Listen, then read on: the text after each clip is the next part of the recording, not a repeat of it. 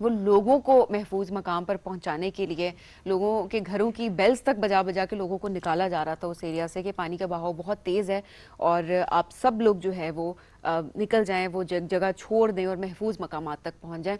تو میں دیکھ رہی تھی کہ ایک اگر جانور تک بھی پانی میں ہے تو اس کو بھی نکالنے کے لیے پوری کوششیں کی جا رہی ہیں. تو یقیناً تمام ادارے جو ہیں بہت متحرک ہیں. ایٹ دی سیم ٹائم ہمارے جتنے بھی فورسز کے لوگ ہیں, جتنے بھی ادارے اس وقت آن گراؤنڈ موجود ہیں جو کہ اپنی جان کی پرواہ نہیں کر رہے بلکہ لوگوں کو محفوظ مقامات تک پہنچانے کی کوششوں میں لگے ہوئے ہیں. ظاہر سی بات ہے اللہ تو اس کا اجر ضرور دے گا, لیکن ہمیں بھی اس کو اپریشیٹ کرنے کی, اکنالج کرنے کی بہت ضرورت ہے تاکہ حوصلہ افزائی بھی ہو اور ہمیں یہ بھولنے کی ضرورت نہیں ہے کہ مشکل وقت میں کون سا آتا. شعیب اگر بات کی جائے اس وقت کی صورتحال کی تو ابھی کل ہی میں دیکھ رہی تھی نیوز پہ کہ 1988 کے بعد پنجاب کے دریاؤں میں اس قدر جو ہے وہ پانی کا بہاؤ ہوا ہے, اس قدر پانی آیا ہے. سبین کچھ جگہوں کے کہ جہاں سے کتنے ہزار کیوسک پانی کے ریلے کے گزرنے کے وہ ریکارڈ بریک ہوئے ہیں کہ اس سے زیادہ پانی کا 2000 کی بات کی جا رہی ہے, 2000 کیوسک کی. ایٹ دا سیم ٹائم مطلب تینوں دریاؤں کی اگر بات کی جائے, راوی کی, چناب کی, ستلج کی, تو 1988 کے بعد ابھی تک اس طرح کی سچویشن نہیں دیکھی گئی, وٹنس نہیں کی گئی. 1,00,000 کیوسک کا ریلا بھی کہیں سے گزر رہا ہے, تو یہ سچویشن بہت زیادہ ورس ہے. ایگزیکٹلی. اینی ویز جی, اللہ پاکستان میں بہت رحم کرے, ہم دعا بھی کرتے ہیں اور ساتھ ساتھ جس طرح سے ادارے متحرک ہیں, we really appreciate that. At the same time یہ بہت ضروری ہے کہ ہم سب مل کر سپورٹ کریں اس سسٹم کو, ہم سب مل کر اس سچویشن سے نکلنے کے لیے جس طرح بھی ہم کوشش کر سکتے ہیں وہ ضرور اپنا رول ہم پلے کریں. اور شعیب یہ بھی بہت ضروری ہے کہ سسٹم کو بہتر کرنے کے لیے بھی بات کی جائے. کل جس طرح سے وزیر اعلیٰ پنجاب مریم نواز صاحبہ نے میڈیا سے جب وہ گفتگو کر رہی تھی تو تب انہوں نے بھی یہی باتیں کی کہ ابھی سے ہی جو ہے وہ فورسز بنا دی گئی ہیں, ٹیمز بنا دی گئی ہیں تاکہ ایک پلان لے کے آیا جا سکے. کیونکہ اب دیکھیں کلائمیٹ چینج یہ ایک ایسا فینومینا ہے, یہ ایک ایسا مسئلہ میں کہوں گی اب بنتا جا رہا ہے, بن چکا ہے بلکہ, کہ اس کو کنٹرول کرنا اب ہماری ذمہ داری ہے. اور اگر ہم نے اس کو کنٹرول نہ کیا تو یہ جو اس سال ہے, ہم ہر سال سچویشن ورس ہوتے دیکھ رہے ہوتے ہیں. اگر اس سے بھی زیادہ ارلی مونسون ہو جاتا ہے, ارلی مونسون کا مطلب ہے کہ بارشوں کا زیادہ ہونا, بارشوں کی جو تعداد ہے, مقدار ہے, وہ زیادہ ہو جائے گی, پہلے سے بارشیں شروع ہو جائیں گی پورے موسم کی اگر بات کی جائے. تو ظاہر سی بات ہے جب بارشیں زیادہ ہوں گی تو پانی کو کنٹرول کرنا وہ بہت زیادہ مشکل ہو جائے گا. سو ہم سب کو مل کے کام کرنا ہے.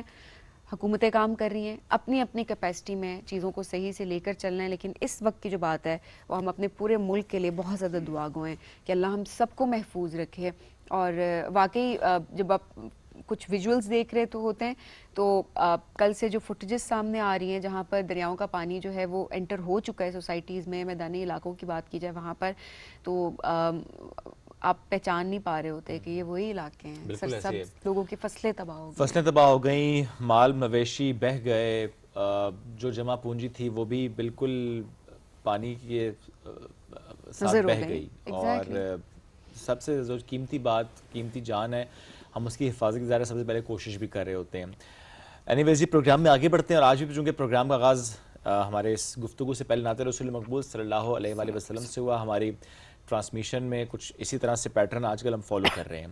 جب نعت رسول مقبول صلی اللہ علیہ وآلہ وسلم کی ہم بات کرتے ہیں, نعت گوئی جب ہم اس کی بات کرتے ہیں, ہم ذکر کرتے ہیں کہ یہ ایمان کے اظہار کا بھی ایک ذریعہ ہے, حضور پاک صلی اللہ علیہ وآلہ وسلم سے محبت کا, عقیدت کا, احترام کا ایک اظہار ہے. اور جب نعت گوئی کی بات ہے, اور یہ جو ایک خوبصورت سا ایک انداز ہے, اس کی آج ہم تاریخ کی بات کرنے کی تھوڑی سی کوشش کرتے ہیں. اور بالخصوص جب ہم کہتے ہیں نا کہ نعت گوئی یہ ادب کا بھی حصہ ہے, اور ایسے میں جب ہم پاکستان کی کانٹیکس میں اس کو سمجھنے کی کوشش کرتے ہیں تو پری پارٹیشن بھی ہم بات کریں گے کہ نعت گوئی اس کی کیا تاریخ ہے, اور پھر پاکستان بننے کے بعد کس طرح سے اس کے ایک ریوائول کی ہم بات آج کوشش کریں گے کہ ہم کر سکیں. ہم پروگرام میں جوائن کر چکے ہیں معروف شاعر بھی ہیں پروفیسر جلیل علی صاحب, ان کو ویلکم کرتے ہیں. سر السلام علیکم, کیسے ہیں آپ؟ وعلیکم السلام سر, بہت شکریہ آپ نے وقت دیا. جلیل صاحب, سب سے پہلے ہم ضرور چاہیں گے چونکہ نعت گوئی کی ہم بات کر رہے ہیں, تھوڑا پس منظر اردو نعت گوئی کا برِ صغیر میں پس منظر کیا ہے؟ بسم اللہ الرحمن الرحیم. شعیب, یہ جو اردو نعت کے آغاز کی بات ہم کریں گے, لیکن نعت بطور ایک صنف کے یہ کہا جاتا ہے کہ اس کا موجد تو اللہ تعالیٰ ہے, کہ سب سے پہلے اللہ تعالیٰ نے رسول اللہ صلی اللہ علیہ وسلم کی تعریف میں باتیں کی, اور رسول اللہ صلی اللہ علیہ وسلم کے زمانے ہی سے نعت کے روایت کا آغاز ہو گیا تھا. اس کے بعد مختلف عربی میں، پھر فارسی میں، اس کے بعد ہم آ جاتے ہیں بر صغیر میں. تو امیر خسرو سے بھی اگر آپ بات شروع کریں تو یہاں خود اردو زبان جو ہے اسلامی تہذیب کا ایک مظہر ہے کہ مسلمان جہاں آئے تو اپنی تبلیغی ضروریات کے لیے ان کو ایک زبان تخلیق کرنا پڑی. یہ بہت بڑی بات ہے کہ کسی تہذیب نے ایک زبان بھی نئی تخلیق کر دی ہو دوسری جگہ پر جا کے. تو اس زبان میں پھر اردو زبان میں نعت کا آغاز ہوا تو اتنی زیادہ مرکزی رو میں نعت آ گئی کہ کوئی ہندو بھی اگر اپنا دیوان چھاپتا تھا یا کوئی مثنوی چھاپتا تھا تو اس کے آغاز میں حمد اور نعت لکھتا تھا. تو یہ روایت اتنی مضبوط تھی. لیکن انگریزوں کے آنے کے کچھ اثرات ہوئے اور پھر اردو ادب میں ایک بہت بڑی تحریک چلی جس کے پیچھے اشتراکیت کا فلسفہ تھا. تو اس تحریک نے کہا چونکہ ساری دنیا کے لوگوں کے لیے ہم اور مزدوروں کے لیے ہم بات کر رہے ہیں تو ادبی پرچوں پر بھی انہی کا ہولڈ تھا. تو ادبی پرچوں میں سے نعت غائب ہو گئی. یعنی وہ جو مسلمانوں کی عظیم روایت تھی جس کو ہندو بھی فالو کر رہے تھے وہ اردو پرچوں میں ایک خاص زمانے میں آ کر غائب ہو گئی. اگرچہ اسی زمانے میں ذرا سا بعد میں آپ دیکھتے ہیں کہ حالی اور اقبال جو ہیں وہ نعت کہتے ہیں بڑے. اور اقبال نے تو یہ کیا کہ عنوان کے ساتھ نعت نہیں کی مگر پورا کلام اس کا نعت ہے.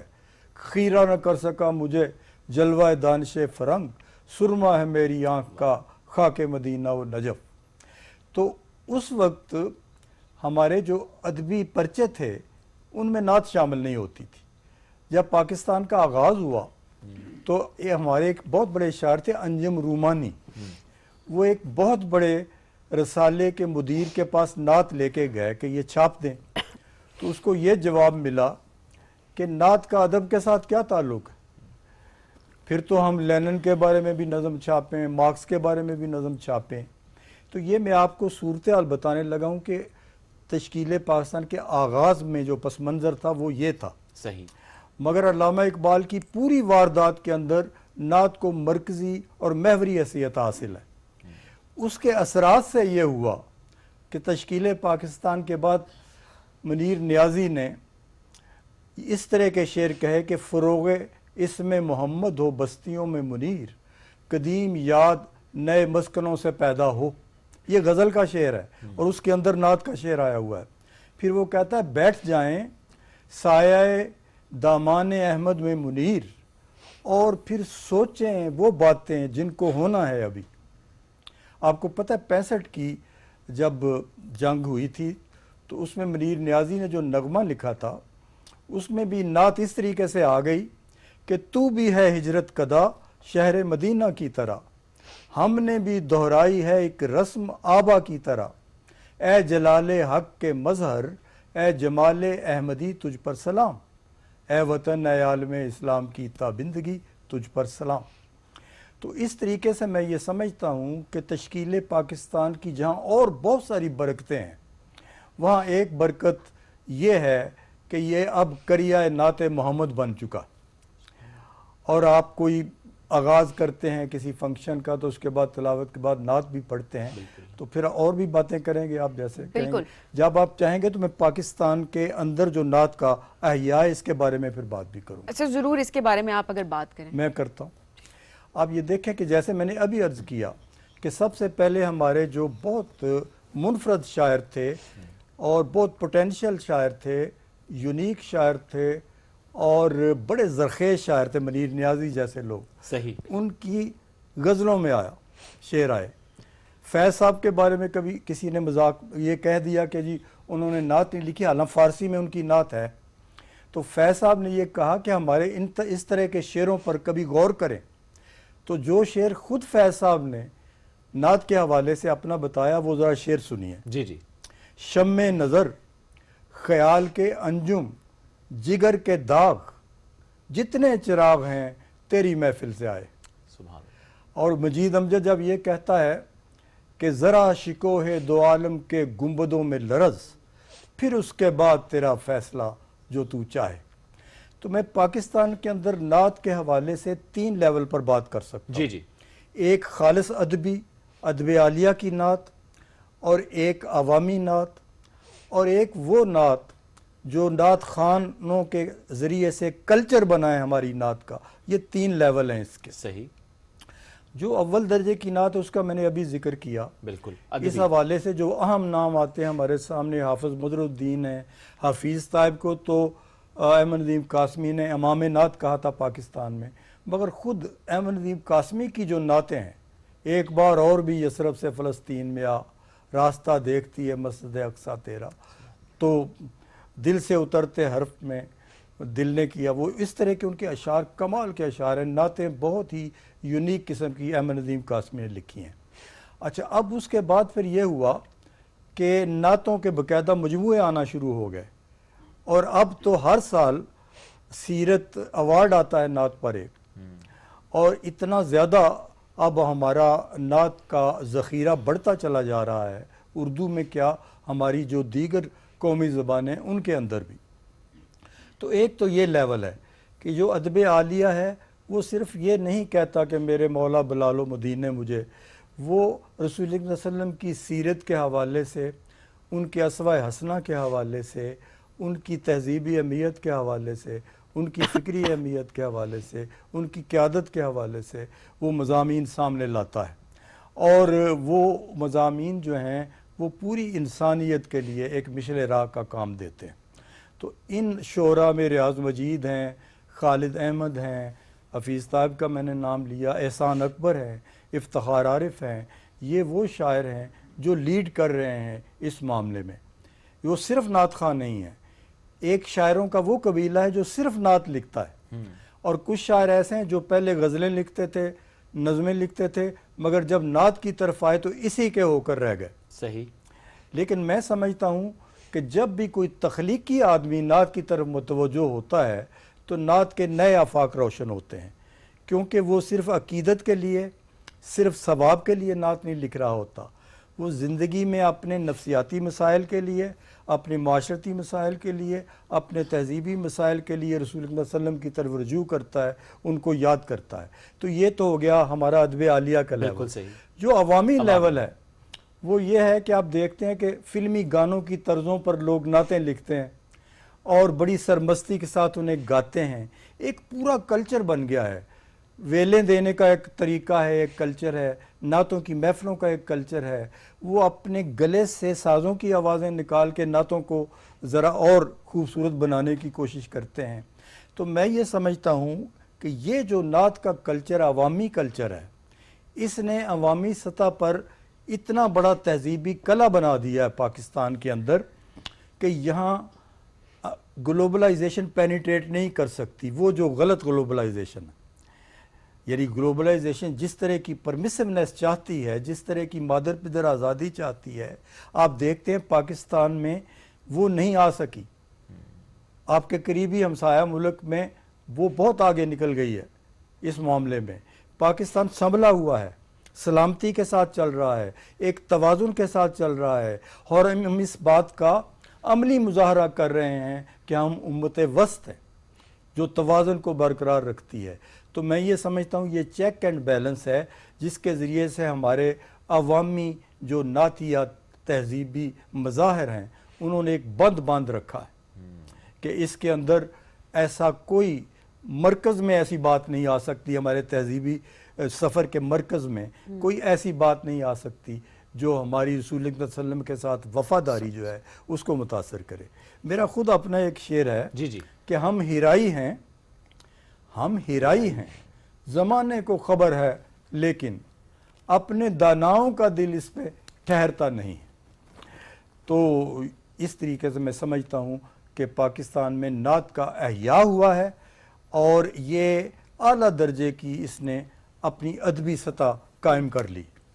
اچھا سر، پھر ریوائول کس طرح سے ہوا ادب میں بالخصوص؟ کوئی کلام میں سناؤں؟ جی جی، ہم کہہ رہے تھے جو ریوائول کی ہم بات، مجھے پتہ نہیں چل رہا. جی جی، کلام سنا دیں. جی جی، میں آپ کو اپنی کچھ نعتوں کے اشعار سنا دیتا ہوں. ضرور.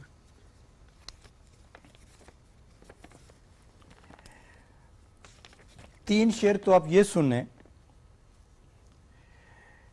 کہ ایک لمحہ کہ ملیں سارے زمانے جس میں،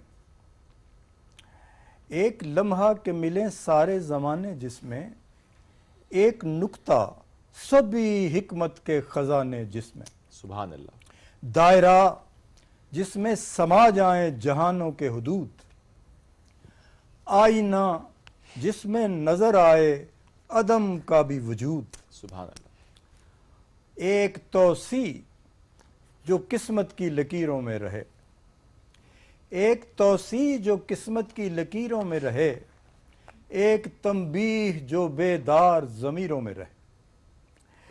اب میں آپ کو ایک چھوٹی بہر کی نعت سناتا ہوں۔ جی جی۔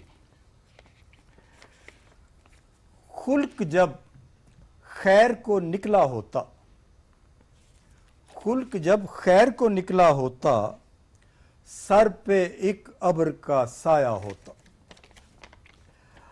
ہاتھ باندھے کھڑے ہوتے اشجار،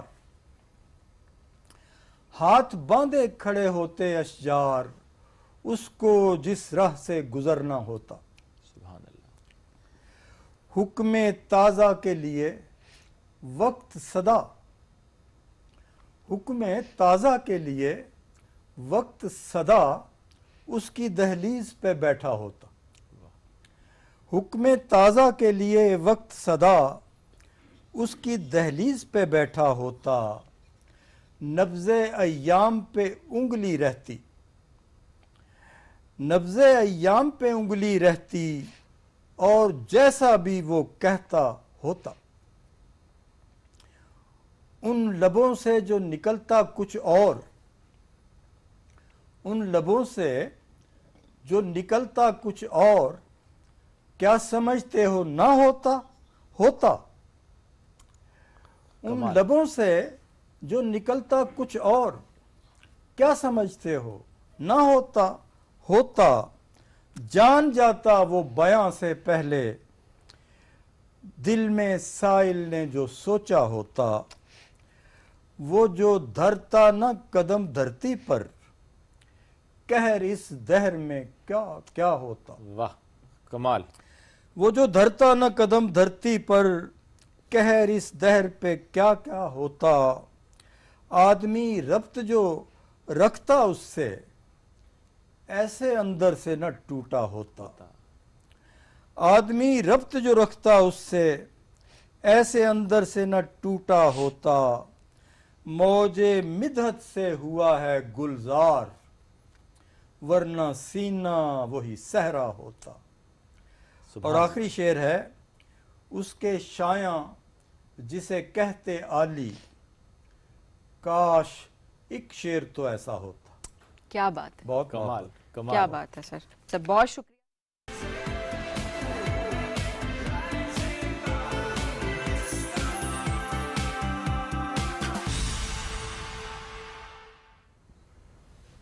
ویلکم بیک جی، رائزنگ پاکستان میں آپ کو کہیں گے خوش آمدید۔ اور جس طرح سے کچھ دنوں سے ہم نے پوری ایک یہ کوشش اپنی کی ہے کہ ہم حضرت محمد صلی اللہ علیہ وآلہ وسلم کی زندگی سے جتنے بھی واقعات ہیں ان کو ہم بیان کریں، ان کی زندگی سے جتنا ہم کو سیکھ سکتے ہیں ہم سیکھنے کی پوری کوشش کریں۔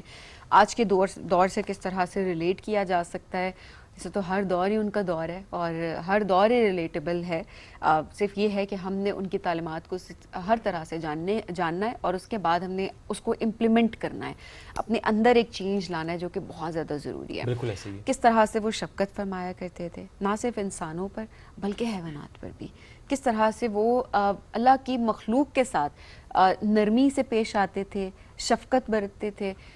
آج اس بارے میں بھی ہم بات کرنے کی کوشش کریں گے، اور جس طرح سے لقب دیا گیا ہے ان کو رحمت للعالمین، یعنی کہ پوری کائنات کے لیے سراپا رحمت بنا کر بھیجا گیا ان کو، تو یہ کتنا بڑا لقب ہے، کتنی بڑی بات ہے، اور اس کا کانٹیکسٹ کتنا بڑا اگر ہم سمجھنے کی کوشش کریں تو آج یہی سمجھنے کی ہم پوری کوشش کریں گے۔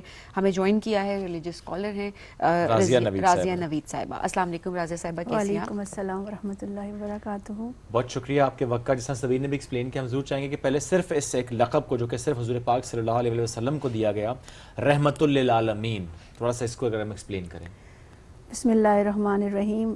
شعیب، سب سے پہلے آپ کو، سبین کو، پی ٹی وی کی پوری ٹیم کو اور پورے عالم اسلام کو آقا دو جہاں صلی اللہ علیہ وآلہ وسلم کا 15واں 100واں جو یوم ولادت ہے وہ بہت بہت مبارک ہو. یہ اس سال کی ایک خاص بات ہے کہ آپ صلی اللہ علیہ وسلم کی ولادت مبارکہ کو جو ہے وہ 1500 سال مکمل ہو رہے ہیں. اور بہت زیادہ میں دعا گو ہوں اللہ رب العزت کے حضور کہ وہ ہمیں آقا دو جہاں صلی اللہ علیہ وسلم کی سیرت مبارکہ سے کچھ سیکھنے اور پھر اس پر عمل کرنے کی توفیق عطا فرمائے. رحمت للعالمین ایک ایسا خوبصورت وصف، ایک ایسی خوبصورت خوبی کہ جس کا ذکر اللہ رب العزت نے بالخصوص قرآن مجید میں فرمایا. آپ اگر سورہ فاتحہ کا آغاز کرتے ہیں تو کہتے ہیں الحمدللہ رب العالمین، کہ تمام تعریفیں اللہ رب العزت کے لیے ہیں جو تمام جہانوں کا پالنے والا ہے. تو جب اللہ پاک نے قرآن مجید کے اندر اپنے لیے رب العالمین کا خطاب لفظ استعمال کیا تو ساتھ ہی اپنے محبوب کا تعارف کرواتے ہوئے فرمایا کہ وَمَا أَرْسَلْنَاكَ إِلَّا رَحْمَةً لِلْعَالَمِينَ، کہ محبوب صلی اللہ علیہ وآلہ وسلم ہم نے آپ کو تمام جہانوں کے لیے رحمت بنا کر بھیجا ہے. تو بڑا غور طلب پہلو ہے کہ آپ صلی اللہ علیہ وسلم کی ذات مبارکہ صرف اس نظر آنے والے جہان کے لیے یا نظر آنے والی دنیا کے لیے رحمت نہیں ہے، بلکہ وہ تمام جہان جو ایکسپلور ہو چکے ہیں اور جو ہوتے ہوں گے. ابھی سائنس بھی کہہ رہی ہے کہ 7 آسمان 7 زمینیں. اب ہم کہاں تک پہنچے یہ ایک الگ بات ہے، لیکن ابھی یہ جو دریافت کا سلسلہ ہے یہ جاری و ساری ہے اور قیامت تک جاری و ساری رہے گا. تو اللہ پاک نے جب اپنے آپ کو رب العالمین فرمایا تو آپ صلی اللہ علیہ وآلہ وسلم کو رحمت للعالمین فرمایا. رحمت للعالمین کا یہ لقب اگر میں دیکھوں تو یہ صرف انسانوں تک محدود نہیں ہے کہ آپ صلی اللہ علیہ وسلم کی ذات مبارکہ کو انسانوں کے لیے صرف رحمت بنایا گیا اور نہیں، بلکہ چرند پرند حیوانات جمادات ہر مخلوق جو اس دنیا پر موجود ہے اس کے لیے آپ صلی اللہ علیہ وآلہ وسلم رحمت بن کر آئے. یہاں پر ایک اور چیز میں ضرور واضح کرنا چاہوں گی کہ اگر ہم یہ سوچیں کہ شاید آپ صلی اللہ علیہ وسلم کی ذات مبارکہ صرف اس دور کے لیے جب آپ ظاہری طور پر اس دنیا میں موجود تھے اس کے لیے رحمت تھی اور آگے وہ سلسلہ نہیں ہے، تو یہ خیال قطعاً غلط ہے. اس پر بالکل بھی یعنی ہمارا ذہن بھی نہیں جانا چاہیے اس طرف، کیونکہ نبی اکرم صلی اللہ علیہ وآلہ وسلم جب اس دنیا میں تشریف نہیں لائے تھے تب بھی رحمت تھے، جب تشریف لائے تو پھر تو بنفس نفیس اس دنیا میں موجود تھے تو رحمت تھے، اور اب جب ظاہری طور پر پردہ فرما کر دوبارہ اللہ کی طرف واپس چلے گئے ہیں تو قیامت تک اور پھر قیامت کے بعد جو کچھ ہونا ہے اس سب کے لیے بھی آپ صلی اللہ علیہ وسلم کی ذات کو رحمت بنا کر جو ہے وہ اس دنیا میں مبعوث کیا گیا ہے. یہی وجہ ہے کہ آپ صلی اللہ علیہ وآلہ وسلم کے حوالے سے قرآن مجید میں آتا ہے کہ جب تم سے کوئی گناہ سرزد ہو جاتا ہے تو اے مومنین تم میرے محبوب صلی اللہ علیہ وسلم کی بارگاہ میں حاضر ہو جایا کرو. صحابہ کرام رضوان اللہ علیہم اجمعین کو تو یہ اعزاز حاصل تھا کہ ان سے کوئی غلطی ہوتی تو وہ حضور صلی اللہ علیہ وسلم کی بارگاہ میں بنفس نفیس موجود ہوتے، معافی طلب کرتے، اس معاملے پر آپ سے رہنمائی طلب کرتے، آپ ان کی رہنمائی فرماتے. مگر اب کیا ہے کہ ایک چیز تو یہ کہ جب ہم مسلمانوں سے ہم مومنین سے کوئی گناہ سرزد ہوتا ہے تو ہم شرمندہ ہو کر حضور صلی اللہ علیہ وسلم کی بارگاہ میں مدینہ پاک میں جا کر اپنی حاضری پیش کرتے ہیں، ہم وہاں جا کر گڑ گڑاتے ہیں، وہاں جا کر حضور سے مدد طلب کرتے ہیں، اور پھر اللہ فرماتا ہے کہ جب میرا محبوب میری بارگاہ میں آ کر تمہارے لیے مغفرت طلب کرتا ہے تو میں تمہارے گناہوں کو معاف کر دیتا ہوں. تو گویا آپ صلی اللہ علیہ وسلم پہلے بھی ہمارے لیے رحمت تھے، آج بھی ہمارے لیے رحمت ہیں، اور وہ امتی جو یہ آپ سمجھیں کہ یہ استطاعت نہیں رکھتا کہ وہ حضور کی بارگاہ میں جا کر وہاں پر اپنی عرض پیش کر سکے، تو وہ یہاں پر جہاں پر بھی موجود ہے وہاں پر بیٹھ کر جب آپ صلی اللہ علیہ وآلہ وسلم کو پکارتا ہے، حضور کی بارگاہ میں اپنی عرض پیش کرتا ہے، اپنے گناہوں کی مغفرت طلب کرتا ہے، تو یقیناً آپ صلی اللہ علیہ وآلہ وسلم نہ صرف اس کی آواز کو سنتے ہیں، اس کی بات کو سنتے ہیں، بلکہ اس کے لیے دعائے مغفرت بھی فرماتے ہیں. اور اس کا ثبوت یا اس کی دلیل ہمیں کہاں سے ملتی ہے؟ آپ صلی اللہ علیہ وسلم فرماتے ہیں کہ جمعۃ المبارک کا دن ایک خاص دن ہے جب پوری امت میں سے مومنین اور مسلمان جو ہیں وہ میری بارگاہ میں درود شریف بھیجتے ہیں. احادیث کے الفاظ ہیں، آپ صلی اللہ علیہ وسلم نے فرمایا کہ میں ان مومنین کا درود شریف خود سنتا بھی ہوں اور اس کا جواب بھی دیتا ہوں. گویا کہ آپ صلی اللہ علیہ وسلم کے جانے کے بعد اللہ پاک نے آپ کو یہ صلاحیت عطا فرما دی، آپ صلی اللہ علیہ وسلم کو یہ وصف عطا فرما دیا کہ آپ ہماری آنکھوں کے سامنے موجود تو نہیں ہیں، لیکن اگر کوئی امتی اخلاص کے ساتھ، محبت کے ساتھ اپنی عرض پیش کرتا ہے، اپنا درود پیش کرتا ہے، اپنا سلام پیش کرتا ہے، تو آج بھی آقا دو جہاں صلی اللہ علیہ وسلم اس کی اس عرض کو، اس دعا کو، اس درود کو سنتے بھی ہیں اور اس پر جواب بھی عطا فرماتے ہیں۔ اور اسی لیے تو یہ بھی کہا جاتا ہے نا، جب بھی دعا مانگیں تو دعا کو لپیٹ کر بھیجیں درود شریف میں۔ نیتیں جو ہیں وہ بھی بہت زیادہ میٹر کر رہی ہوتی ہیں کہ مانگنے کا طریقہ ہر ایک کا مختلف بھی ہوتا ہے، ایٹ دا سیم ٹائم وہ قبول کرنے والی اللہ کی ذات بھی ہوتی ہے، اور ہماری کوشش یہ ہونی چاہیے کہ ہم جتنا اس کو اچھے طریقے سے مانگ سکیں، اللہ سے کنیکٹ کر کے ہم اس طریقے سے مانگیں۔ اچھا، ایسے میں راجہ صاحبہ تھوڑا سا اس چیز کو بھی ہائی لائٹ کیجیے گا کہ حضرت محمد صلی اللہ علیہ وسلم، جس طرح ابھی کی ہم مثالیں دیکھ رہے ہوتے ہیں کہ کیسے ہم ظلم کر رہے ہوتے ہیں اللہ کی مخلوق کے اوپر، چاہے وہ انسان ہوں، چاہے وہ جانور ہوں، پاک صلی اللہ علیہ وسلم کس طرح سے اللہ کی مخلوق کے ساتھ پیش آتے تھے، کس طرح سے شفقت اور نرمی سے کام لیتے تھے؟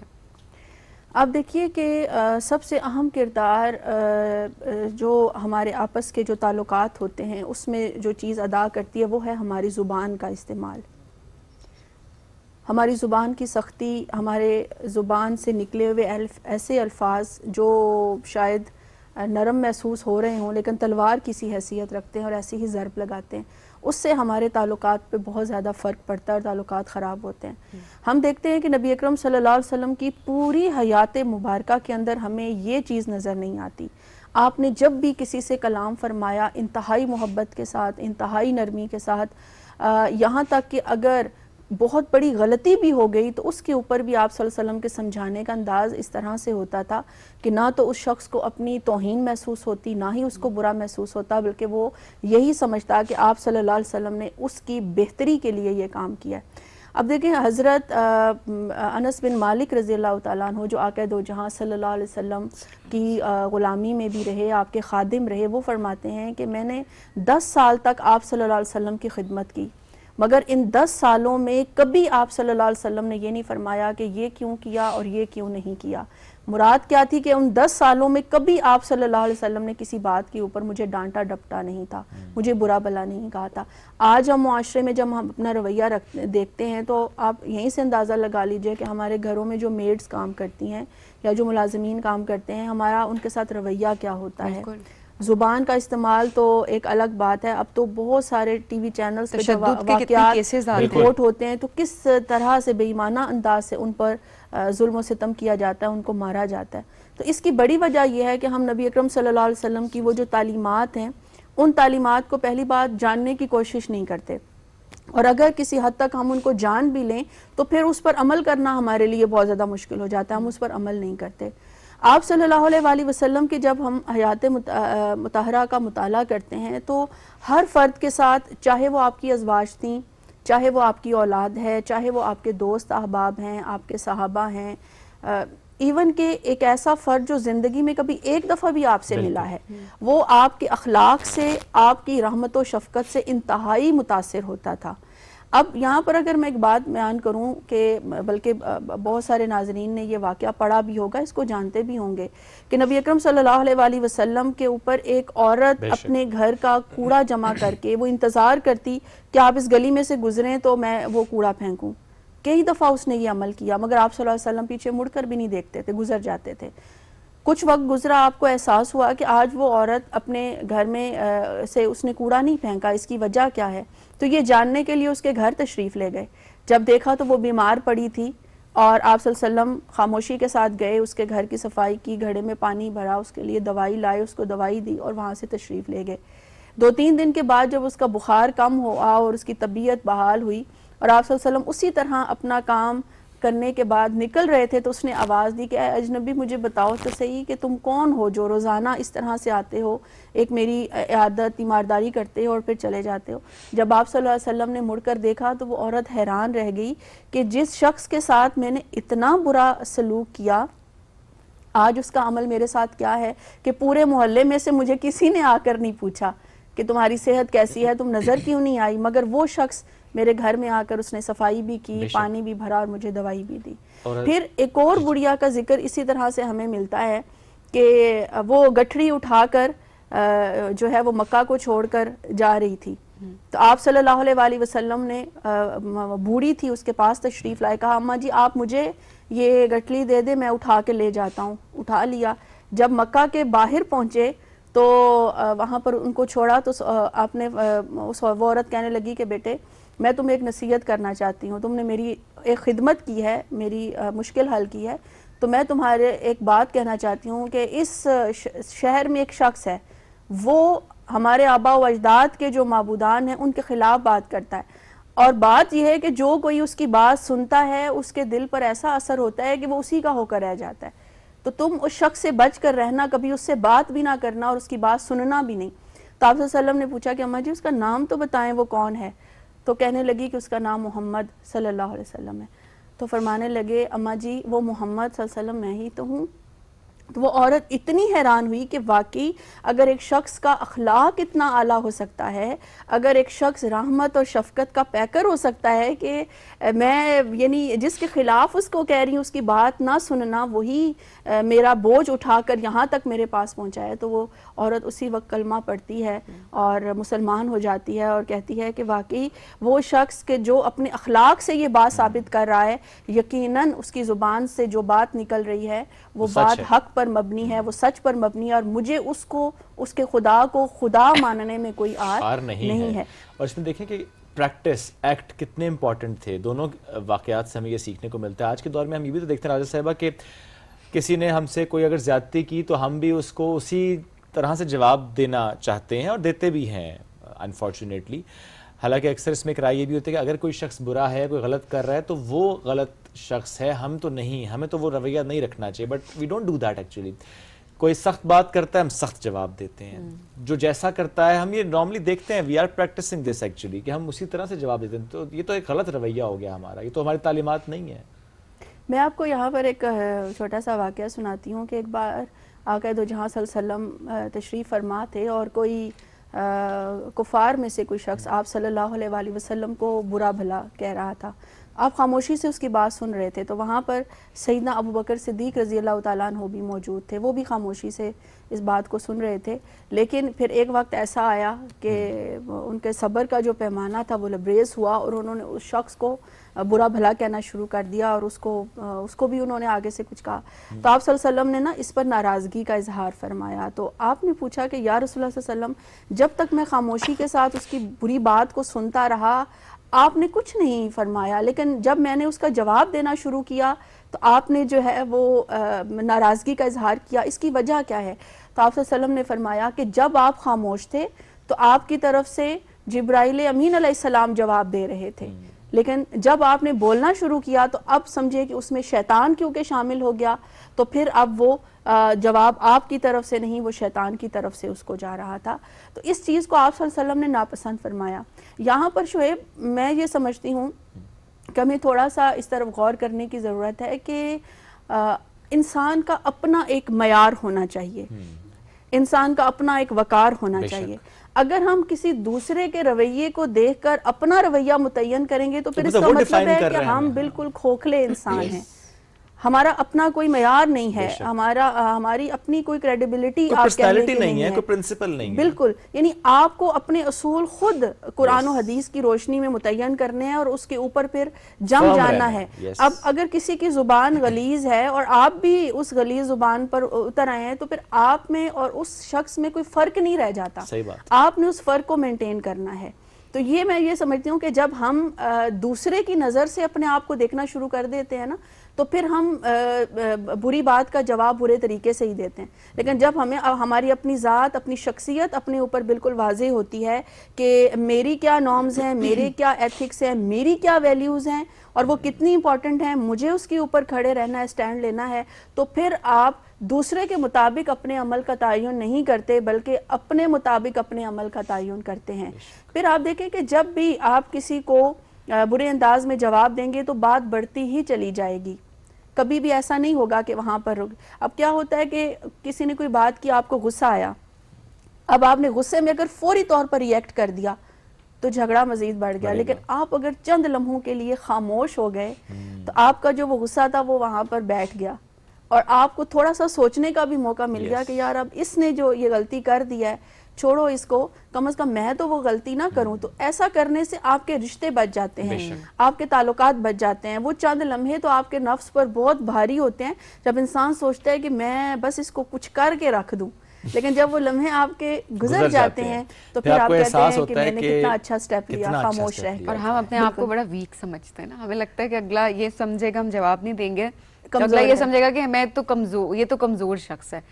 حالانکہ وہ شخص زیادہ سٹرونگ ہوتا ہے کیونکہ وہ اپنے نرس پہ کنٹرول پا لیتا ہے. اب دیکھیں آپ صلی اللہ علیہ وآلہ وسلم نے کتنی پیاری بات ارشاد فرمائی کہ پہلوان وہ نہیں ہے جو کسی دوسرے پہلوان کو پچھاڑ دیتا ہے، اصل پہلوان اور طاقتور وہ شخص ہے جو اپنے غصے پر قابو پا لیتا ہے. اسی لیے تو دیکھیں نفس کے ساتھ قابو پانا، نفس کے اوپر قابو پانا، اس کو جہاد قرار دیا گیا ہے کہ سب سے بڑا جہاد یہ ہے کہ تم اپنے نفس کو کنٹرول کر لو، اپنے نفس پر قابو پا لو، کیونکہ جب تم نے اپنے نفس پر قابو پا لیا تو پھر باقی سارے جو بھی جہاد ہیں وہ آپ کے لیے بہت زیادہ آسان ہو جاتے ہیں. اور نفس میں خواہش بھی آتی ہے، نفس میں خواہش آتی ہے، لیکن خواہش کو آپ دو طرح سے، ایک خواہش اچھی بھی ہو سکتی ہے اور ایک خواہش بری بھی ہو سکتی ہے. لیکن جب ہم اچھی خواہش کا کہتے ہیں تو وہ پھر آپ کی، کیونکہ اس کے اندر خیر موجود ہے، اس کے اندر ایک اللہ پاک نے ایک خوبی رکھی ہے، تو اس کے لیے تو آپ ساری ایفرٹ کرتے ہیں نا. اب دیکھیں آپ کسی بچے نے BS کیا ہے، اب وہ آگے MS کرنا چاہتا ہے، اب وہ آگے PhD کرنا، ایک خواہش ہے نا اس کی، لیکن کیونکہ وہ تعلیمی میدان میں آگے بڑھنا چاہ رہا ہے تو یہ اس کی اچھی خواہش ہے. لیکن ایک شخص ہے مثلا وہ پیسہ کماتا ہے لیکن پیسے کی دوڑ میں وہ اس لیے اپنے آپ کو ڈال دیتا ہے کہ جو ہے وہ اس کو روب اور دبدبہ حاصل ہو جائے، وہ لوگوں کے اوپر حکومت کر سکے یا اپنی جو بات ہے اس کو منوا سکے، یا جو زندگی کی لغویات ہے، عیش و عشرت ہے، اس سے اس طرح سے فائدہ اٹھائے کہ اللہ کو بھول کر جو ہے وہ دنیا میں لگ جائے. تو وہی پیسے کا حصول جو اس کے لیے عبادت بھی ہو سکتا تھا وہ اس کے لیے پھر نفس کی ایک ایسی خواہش بن جاتا ہے جو اس کو شیطان کے راستے کی طرف لے جانے میں اس کا مددگار یوں سمجھے بن جاتا ہے. تو ایک ہی خواہش جو ہوتی ہے وہ ایک وقت میں آپ کے لیے خیر کا باعث بھی بن جاتی ہے، اور وہی خواہش جب آپ اس کو نیگیٹیولی لے کر چلیں گے تو وہی خواہش نفس کے تحت آ جائے گی اور وہ آپ کو شیطان کے راستے کی طرف. تو سمجھیں کہ بال برابر نیت کا ایک فرق آ جاتا ہے جو خواہش کو خیر کی طرف بھی لے کر جا سکتا ہے اور خواہش کو بدی کی طرف اور برائی کی طرف بھی لے کر جا سکتا ہے. اور اگر معاملہ دوسرا ہے تو اس پہ جو قابو آپ نے پانا ہے وہ ہے پھر جہاد.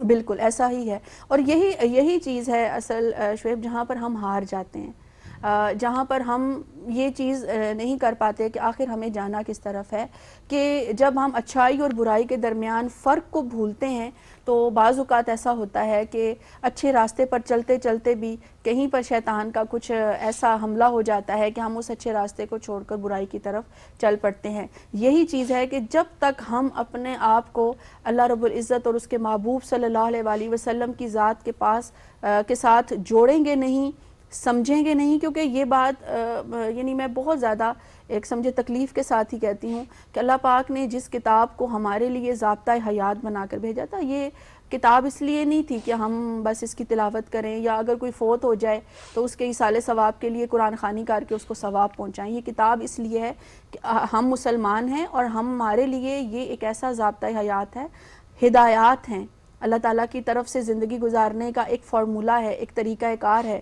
جس کو ہم نے سمجھنا ہے.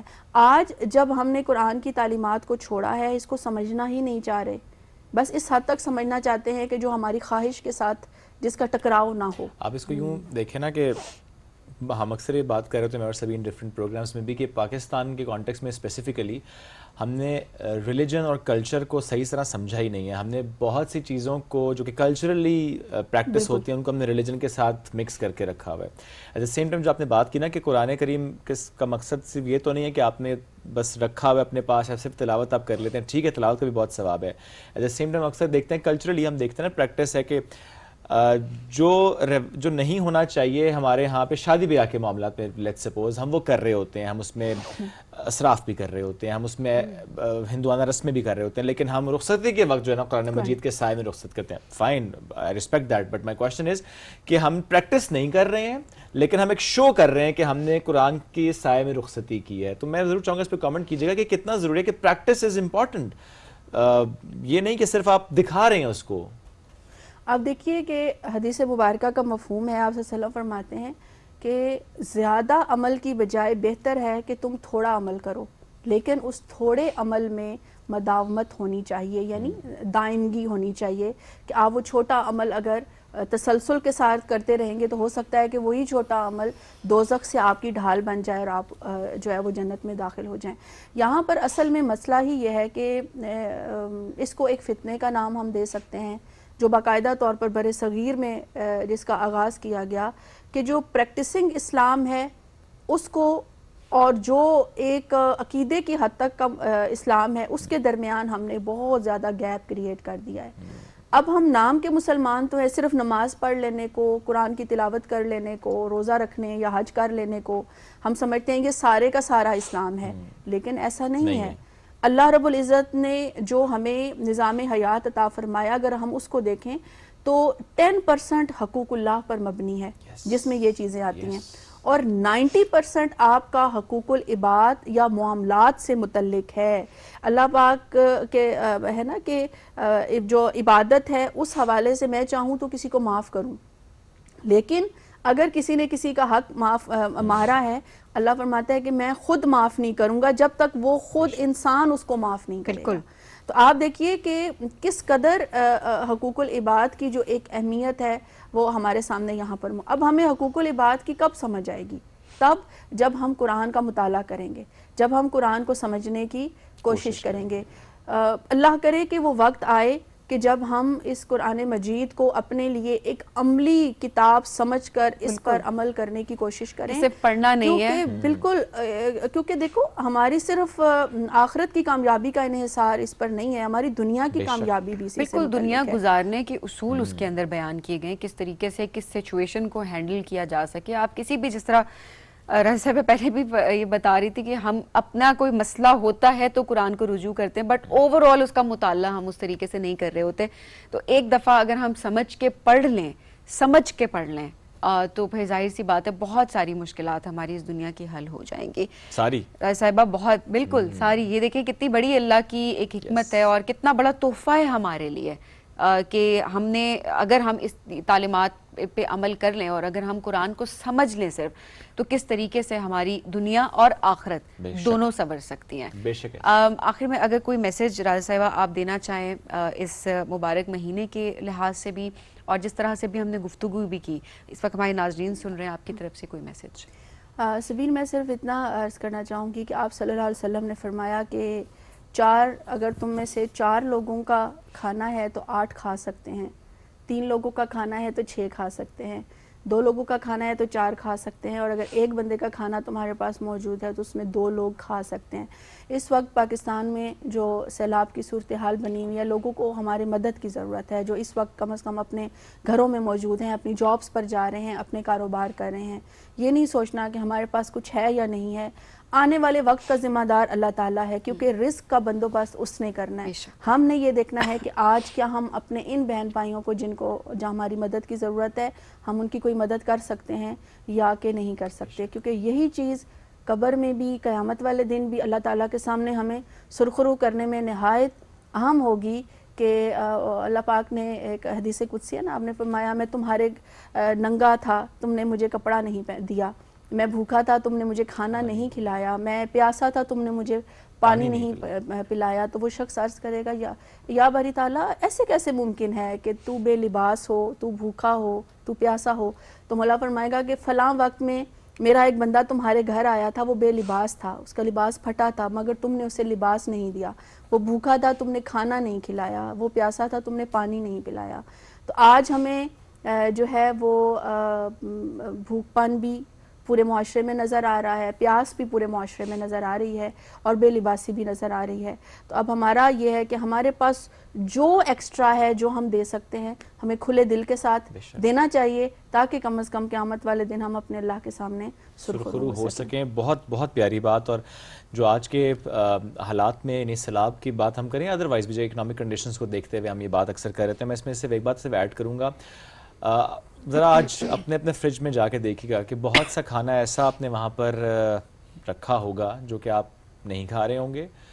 ایک وقت تک وہ وہیں پہ رکھا رہے گا, جب وہ خراب ہو جائے گا آپ اسے پھینک دیں گے. So I just want to request you all کہ پلیز ایک تو یہ کہ گھر میں اتنا کھانا بنائیں, اتنا پکائیں جتنا آپ نے استعمال کرنا ہے. اور جس طرح آپ راجہ صاحب نے کہا نا جو ایکسٹرا آپ دیں, میں تو کہتا ہوں کہ اسپیسیفکلی آپ کر کے دیں لیکن ادروائز ضائع نہ ہو. سب سے امپورٹنٹ بات ہے اناج ضائع نہ ہو. آج بھی دیکھیں ہماری جس طرح سے فصلیں تباہ ہوئی ہیں, ایگریکلچر کنٹری ہے یہ, ہمارا کسان جس طرح سے محنت کرتا ہے, اگر ہم رسک ضائع کریں, ہم کسان کو بھی ڈسرسپیکٹ کر رہے ہیں, ہم اس دھرتی کو ڈسرسپیکٹ کر رہے ہیں, ہم رسک کی بھی حرمتی کر رہے ہیں. اور تھوڑا سا اس کی ویلیو کو سمجھنے کی بھی ضرورت ہے کہ جہاں پر کھانا نہیں ہے وہ لوگ ایک ایک نوالے کے لیے ترس رہے ہیں. اور ایسے میں ہم فلسطین کو ضرور یاد رکھیں گے, اپنی دعاؤں میں ان کو یاد رکھیں گے کہ بچے کس طرح سے میل نیوٹریشن کے شکار ہیں, کس طریقے سے ان کی ہڈیاں دکھائی دے رہی ہیں. اور ایک بچہ, میں چند روز پہلے ایک باپ نے ویڈیو اپلوڈ کی ہوئی تھی اور میں وہ دیکھ رہی تھی وہاں پر کہ وہ بچہ کاغذ کھا رہا تھا. وہ اتنا بھوکا تھا کہ اس کو کاغذ مل رہا تھا, وہ کھا رہا تھا اور باپ منع بھی نہیں کر رہا تھا کیونکہ یہ تھا کہ اس کے پیٹ میں کچھ جائے کسی طریقے سے. کاغذ کھا رہا تھا اور پانی پی رہا تھا. سو اللہ سے دعا کرنی چاہیے, سب کے رزق کے لیے دعا کرنی چاہیے اور خود رزق کی ویلیو کو سمجھنا چاہیے اور ایک ایک دانہ ایک ایک نوالا اس کی حفاظت کرنی چاہیے, اس کی بے قدری نہیں کرنی چاہیے. اسی پیغام کے ساتھ ہم ایک بریک کے جانب بڑھیں گے. رضا صاحبہ once again thank you so much for joining اس ٹوڈے. ناظرین ہم بڑھیں گے ایک بریک کی جانب, اسٹے ود اس.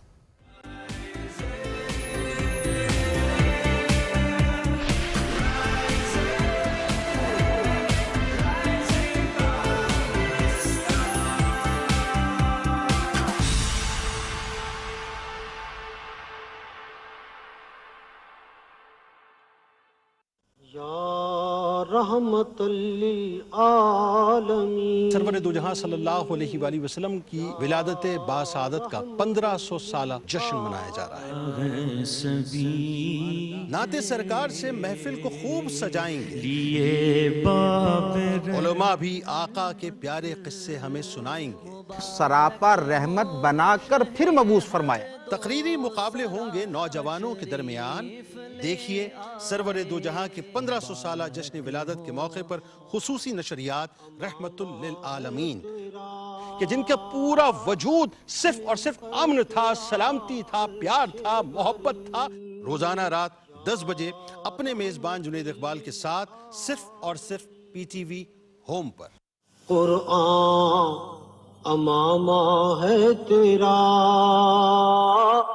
منبر تیرا عرش بری, یا رحمت للعالمین, یا رحمت للعالمین.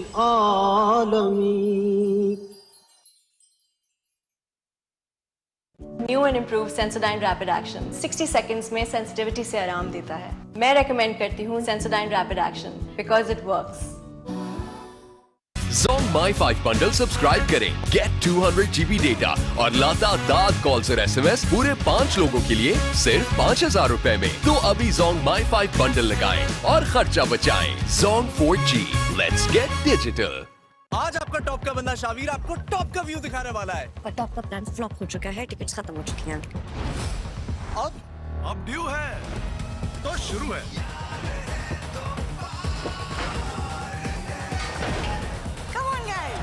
وہاں اوپر پہنچنے کا ایک طریقہ میں جانتا ہوں. کیوں پھینک رہے ہو یار؟ تمہیں کیسے پتا؟